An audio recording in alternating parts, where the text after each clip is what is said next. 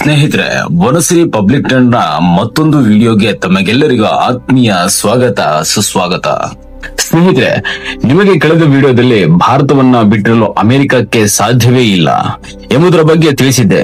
ಅದೇ ರೀತಿ ಅಮೆರಿಕದ boss Donald Trump Bharat America ವ್ಯಾಪಾರ ಸಂಬಂಧದಿಂದ ಹೆಚ್ಚು ಲಾಭ ಗಳಿಸ್ತಾ ಇದೆ, ಯಾವಾಗಲೂ ನಮ್ಮನ್ನ ಲೂಟಿ ಮಾಡ್ತಾ ಇದ್ದಾರೆ ಅಂತ ಹೇಳಿ, ಜೊತೆಗೆ ಯಾವಾಗ ಭಾರತ ರಷ್ಯಾದಿಂದ ಅಗಾಧ ಪ್ರಮಾಣದ ತೈಲವನ್ನ ಖರೀದಿ ಮಾಡ್ತೋ ಟ್ರಂಪ್ ಸುಖ ಸುಮ್ಮನೆ 50% ತೆರಿಗೆ ನೀತಿಯನ್ನ ಜಾರಿ ಮಾಡಿದರು. ಆದರೆ ಇದ್ಯಾವುದನ್ನ ತಲೆಕೆಡಿಸಿಕೊಳ್ಳದ ಭಾರತ ತನ್ನ ಸ್ಥಿರವಾದ ನಿಲುವನ್ನ ತಾಳಿ ಮತ್ತೆ ಬೇರೆ ಬೇರೆ ದೇಶಗಳತ್ತ ವ್ಯಾಪಾರ ಸಂಬಂಧದ ಬಗ್ಗೆ ಚಿತ್ತ ಹರಿಸುತ್ತದೆ.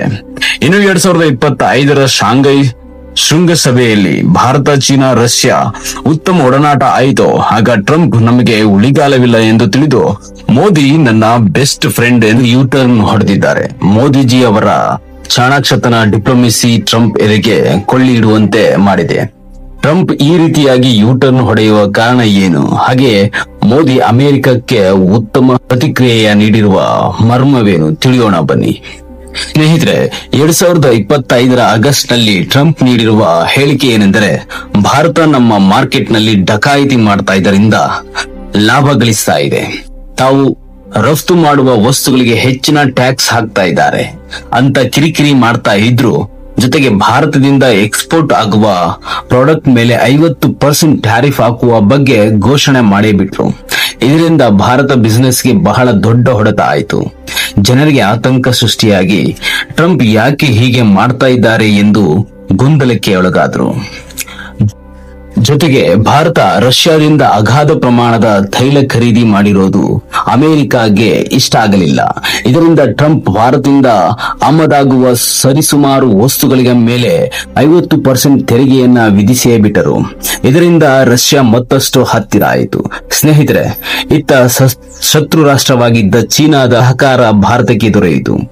ಈ ಟ್ರಂಪ್ ಟ್ಯಾರಿಫ್ ನೀತಿಯಿಂದ ಭಾರತ ಅಮೆರಿಕದ ನೀಡಿದ ಸ್ಪಷ್ಟ ಸಂದೇಶ ಏನ್ ಗೊತ್ತಾ?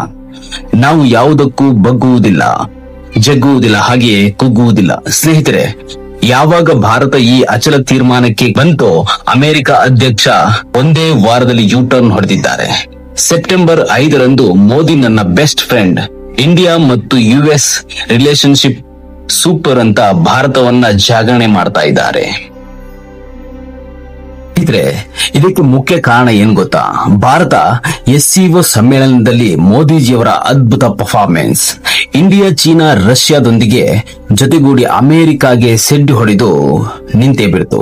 ಇದರಿಂದ ಟ್ರಂಪ್ಗೆ ಬೇರೆ ಆಪ್ಷನ್ಸ್ ಇಲ್ಲವೇ ಇಲ್ಲ. ಆದ್ದರಿಂದ ಟ್ರಂಪ್ ಯೂಟರ್ನ್ ಹೊಡೆಯಲೇಬೇಕಾಯಿತು. ಸ್ನೇಹಿತರೆ, ಯಾವಾಗ ಟ್ರಂಪ್ ಅಮೆರಿಕಾದ ಮಾಧ್ಯಮಗಳಿಗೆ ಮೋದಿ ನನ್ನ ಬೆಸ್ಟ್ ಫ್ರೆಂಡ್, ಭಾರತ ಹಾಗೂ ಅಮೆರಿಕ ಸಂಬಂಧ ಉತ್ತಮವಾದದ್ದು ಎಂದು ಹೇಳಿದಾಗ ಇತ್ತ ಮೋದಿ ಕೂಡ ಸಕಾರಾತ್ಮಕವಾಗಿ ಪ್ರತಿಕ್ರಿಯೆ ನೀಡಿದ್ದಾರೆ.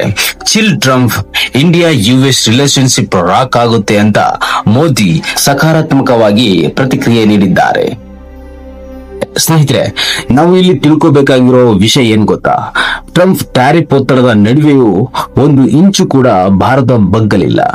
ಟ್ರಂಪ್ ಟ್ಯಾರಿಫ್ ನೀತಿಯಿಂದ ಧೃತಿಗಿಡದ ಭಾರತ ಎಕ್ಸ್ಪೋರ್ಟ್ ಸ್ಟೇಬಲ್ ಆಗಿದೆ. ಸ್ನೇಹಿತರೆ, ಮೋದಿಜಿ ಅವರ ಡಿಪ್ಲೊಮೆಸಿ ಇಡೀ ವಿಶ್ವಕ್ಕೆ ಒಂದು ಎಕ್ಸಾಂಪಲ್ ಆಗಿದೆ.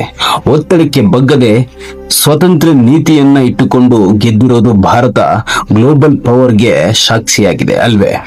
ಸ್ನೇಹಿತರೆ, ಯಾವಾಗ ಈ ಅಮೆರಿಕ ತನ್ನ ಟ್ಯಾರಿಫ್ ನೀತಿ ಜಾರಿ ಮಾಡ್ತೋ ಭಾರತ ಸಾಕಷ್ಟು ಉದ್ಯಮಗಳು 70-75ರಷ್ಟು ಲಾಸ್ ಆಗಬಹುದು ಎಂದು ಭಯ ಶುರುವಾಗಿತ್ತು. ಮೋದಿ ಅಂಡ್ ಟೀಮ್ ಅಮೆರಿಕಕ್ಕೆ ಬಹಳ ಸ್ಪಷ್ಟವಾದ ಎಚ್ಚರಿಕೆಯನ್ನ ನೀಡಿತು. ನಾವು ಶಾಂತಿ ತಂತ್ರವನ್ನ ಅನುಸರಿಸುತ್ತೇವೆ. ಭಾರತ ರಷ್ಯಾದಿಂದ ತೈಲವನ್ನ ಇನ್ನೂ ಹೆಚ್ಚಿನ ಪ್ರಮಾಣದಲ್ಲಿ ಖರೀದಿ ಮಾಡುತ್ತೆ ಸ್ಪಷ್ಟ ಸಂದೇಶ ರವಾನೆ ಮಾಡಿತು. ಇನ್ನು ಈ SCO ಸಮ್ಮೇಳನದಲ್ಲಿ ಚೀನಾ ರಷ್ಯಾದೊಂದಿಗೆ ಸ್ಮಾರ್ಟ್ ಬ್ಯಾಲೆನ್ಸ್ ತೋರಿಸಿ ಭಾರತ ಏನು ಎಂಬುದನ್ನ ವಿಶ್ವಕ್ಕೆ ಪರಿಚಯಿಸಿತು. ಇದರಿಂದ ಹೊರಬಂದ ರಿಸಲ್ಟ್ ಏನ್ ಗೊತ್ತಾ? ಟ್ರಂಪ್ ಬ್ಯಾಕ್ ಫುಟ್ ಹೋಗಿ ಇಂಡಿಯಾ ನನ್ನ ಫ್ರೆಂಡ್ ಅಂತ ಗುಣಗಾನ ಮಾಡೋದು. ಈ ಗುಣಗಾನದಿಂದ ಭಾರತ ಮಾರ್ಕೆಟ್ ಸೇಫ್, ಭಾರತದ ಇಮೇಜ್ ಗ್ಲೋಬಲ್ ಮಟ್ಟದಲ್ಲಿ ಮತ್ತಷ್ಟು ಶೈನ್ ಆಯಿತು. ಜೊತೆಗೆ ಇದು ಮೋದಿಜಿ ಅವರ ಬಾಸ್ ಲೆವೆಲ್ ಡಿಪ್ಲೊಮೆಸಿಯನ್ನ ತೋರಿಸಿತು. ಸ್ನೇಹಿತರೆ, ಈ ಟ್ರಂಪ್ ಯೂಟರ್ನ್ ಡ್ರಾಮಾದಿಂದ ಒಂದಂತೂ ಕ್ಲಿಯರ್ ಆಯಿತು. ಮೋದಿಜಿ ಅವರ ಚಾಣಾಕ್ಷತನ, the leadership, smart diplomacy Trump U turn ಹೊಡೆಯಲು ಕಾರಣ ಅಂತ ಸ್ನೇಹಿತರೆ, ಭಾರತ ಈಗ ಗ್ಲೋಬಲ್ ಪವರ್ ಹೌಸ್ ಆಗಿ ರಾಕ್ ಮಾಡ್ತಾ ಇದೆ. ನಾನೇ ದೊಡ್ಡಣ ಎಂದು ಬೀಗ್ತಾ ಇದ್ದ ಅಮೆರಿಕ ಪಶ್ಚಾತ್ತಾಪಕ್ಕೆ ಒಳಗಾಗಿದೆ. ಸ್ನೇಹಿತರೆ, ಅದೇನೇ ಇರಲಿ, ಎರಡು ದೇಶಗಳ ಆರ್ಥಿಕ ಅಭಿವೃದ್ಧಿಯಲ್ಲಿ ಪರಸ್ಪರ ಪಾಲು ಇದ್ದೇ ಇದೆ. ಆ ನಿಟ್ಟಿನಲ್ಲಿ ಟ್ರಂಪ್ ಜಾಗೃತರಾಗಿ ಭಾರತದ ಜೊತೆಗೆ ಈ ಟ್ಯಾರಿಫ್ ನೀತಿಯಿಂದ ಮುಕ್ತಿ ಹೊಂದಿ ಮತ್ತೆ ವಿಶ್ವ ಆರ್ಥಿಕತೆಯಲ್ಲಿ ಎರಡೂ ದೇಶಗಳು ಮುನ್ನುಗ್ಗಲಿ ಎಂದು ಆಶಿಸುತ್ತಾ ಮತ್ತೊಂದು ರೋಚಕ ವಿಷಯದೊಂದಿಗೆ ಭೇಟಿಯಾಗೋಣ. ಧನ್ಯವಾದಗಳು. ಇಂತಿ ನಿಮ್ಮ ವನಸಿರಿ ಪಬ್ಲಿಕ್ ಟ್ರೆಂಡ್.